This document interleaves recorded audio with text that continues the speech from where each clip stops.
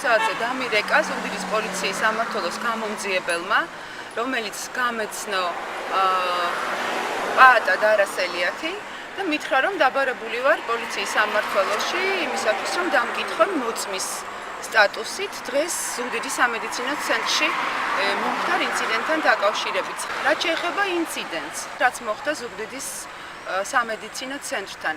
მაემ ინტერვიუს უკვე დაწყებული იყო ჩაწერა, შევნიშნე კამერა, რომელიც ჩემგან ხელმარცხნივ დაახლოებით 4-5 მეტრის მოშორებით, შესაძლოა მეტი 6 მეტრის მოშორებით იდგა და ეს კამერა პირდაპირ ობიექტივი იყო მომართული ჩემსკენ. რა თქმა უნდა, დავინტერესდი, ვინ ხართ, კითხე, იმიტომ რომ არანაირი ჟურნალისტის დამადასტურებელი, ვთქვათ, მოწმობა, არც მიკროფონი, იყო პატარა სამოყვარულო კამერა და რა თქმა უნდა, ამან გამაღიზიანა. მე ვთხოვე მათ, რომ გაემხილოთ ვინაობა, თუ ვინ იყვნენ ისინი და მოვუწოდე, რომ შეეწყვიტათ ჩემი გადაღება, მუშაობის პროცესი და დაინტერესებულიყვნენ რესპონდენტის მოსაზრებით და იმ განცხადებით, რომელიც კეთდებოდა.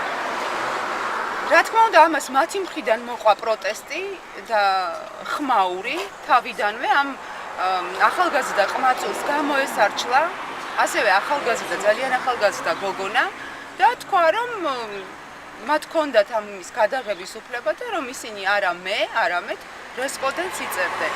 აი ეს ახალგაზრდა ყმაწვილი ძალიან უხეშად ვიტყვი, მაგრამ ზუსტად სხვა სიტყვას ვერ პოულობ, დამეჯღანა და გააგრძელა გადაღება და სწორედ ამან გამოიწვია ის, რაც მოხდა.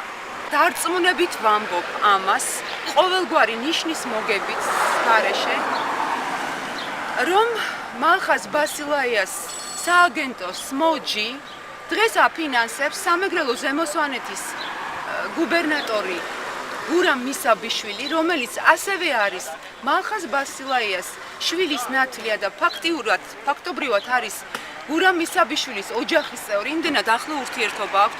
მე მჭირდება ცოტა დრო, რომ ამაზე დოკუმენტები და მასალები დავდო და დავინტერესდები აუცილებლად იმ საბანკო ანგარიშებითაც და მოუწევს ამის გაკეთება მალხაზ ბასილაიას, როდესაც ის ამბობს, რომ ის ფინანსდება უცხოეთიდან ახლობლების მიერ შემოწირული თანხებით.